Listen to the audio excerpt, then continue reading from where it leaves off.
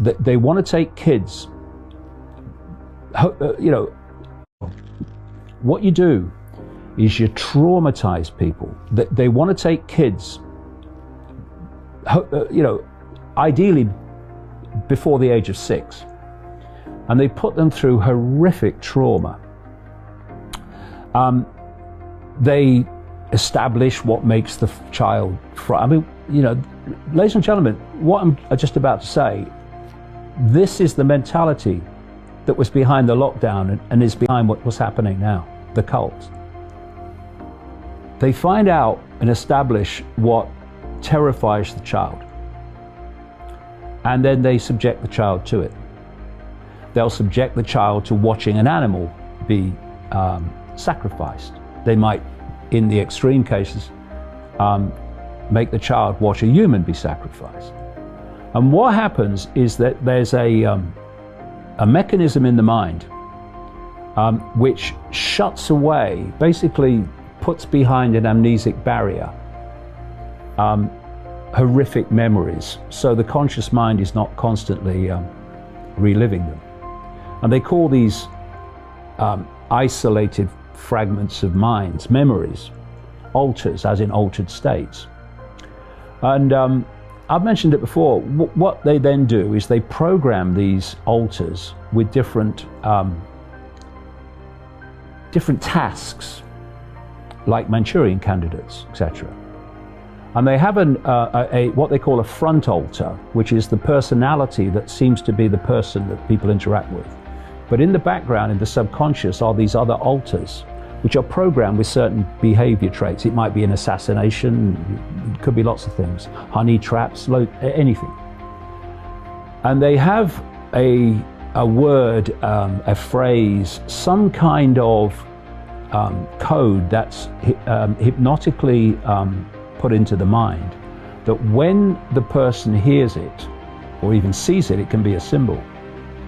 The altar that relates to will become the front altar, and the front altar will go into the subconscious.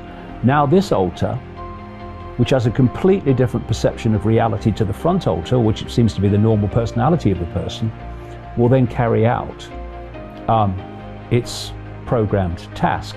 And one of the massively common ways that this is used is for very famous people to have sex, and sometimes horrific sex, with girls and women under this mind control. Epstein's been exposed and he's allegedly dead.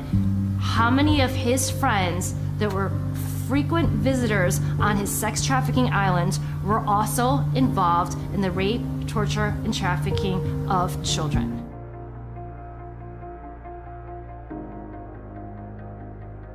Because what happens then is, after it's happened, they bring the front altar back, and they put the altar that's experienced, like the sex abuse or whatever, into the subconscious mind.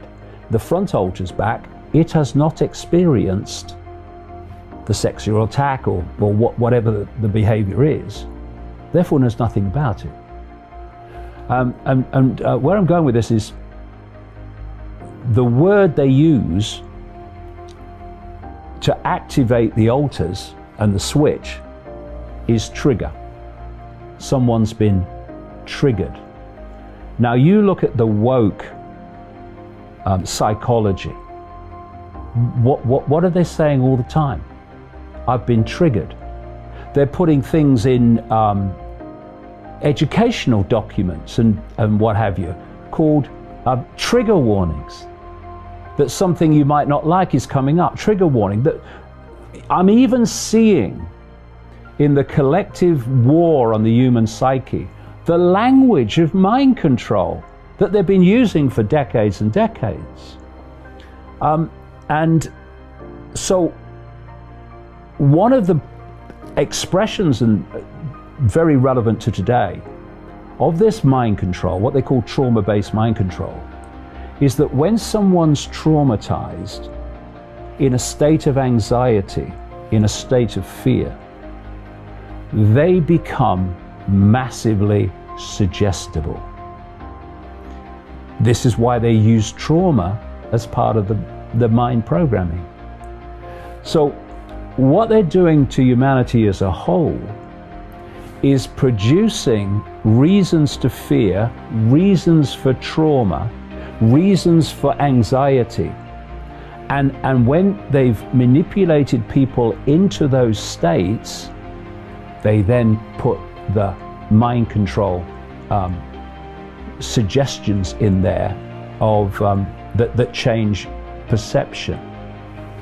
This is happening to all of us right now. Right now. So, for instance, if you get someone, and a lot of people watching this will have seen this in their own experience in the last few months, if you get someone so traumatized about a deadly virus, they become absolutely open to hypnotic suggestion, because this cult is not really targeting the conscious mind overwhelmingly. It's targeting the subconscious mind, which then filters through to become conscious perception. They put the suggestions in and change people's psyche. And this has worked to such an extreme that cancer doctors and other people in the specialists of heart disease and what have you. I mean, I remember a line from a British cancer specialist when he's saying how the lives of so many people are going to be significantly shortened because of the lack of treatment and diagnosis during the lockdown. He said people are more frightened of COVID-19 than they are of cancer. Now, this is what happens when you get people into a traumatized state and then you put the suggestions in. You completely, you basically hypnotize them. What's happened is that so many people in the last few months have been put under a hypnotic spell. And indeed, people are put through a hypnotic spell their entire lives. You go through the education system and then into the world of, where the media is telling you everything that you should believe and everything that's real and what have you. It's a hypnotic spell that's being cast on the human race. And when people talk about people waking up, what does that mean? It means they wake up from the trance. They wake up from the spell.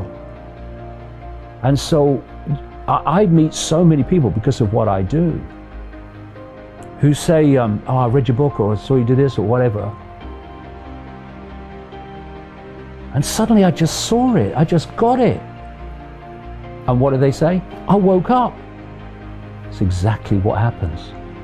When you can put out information that's putting a different angle on everything, what you're doing is breaking the spell. Because the spell is basically all that anyone's ever heard. All mainstream sources, they're all sources of the spell. And when people hear other sources of information and other ways of looking at the world, it breaks the spell. And people say, I woke up. Yeah, you woke up from the trance that you've basically been put in since the day you were born.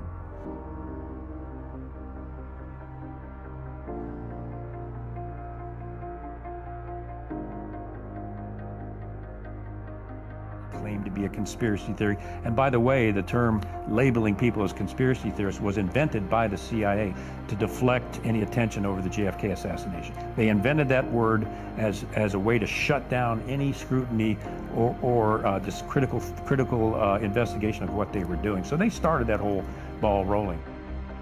The CIA was seeking a new weapon aimed not at the body, but at the mind. There was continued pressure put upon anybody within the agency in connection with trying to explain or understand brainwashing. So we were charged with rather an elaborate attempt to try to find out chemical, psychological, any kind of means that people could use to influence the behavior of the people. LSD was really horrifying, very horrifying, and they gave it to me for about 12 or 15 times. One minute I would see the doctor there, the next minute I wouldn't see him there, and they were asking me all kinds of questions, and I remember them telling me that I was getting smaller and smaller, and I really felt myself getting smaller. And they were bringing me back in time, way back, you know.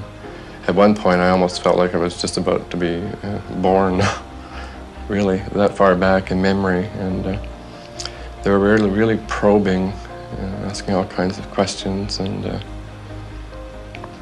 I felt I didn't have any control. I had to answer. I didn't feel I had any control.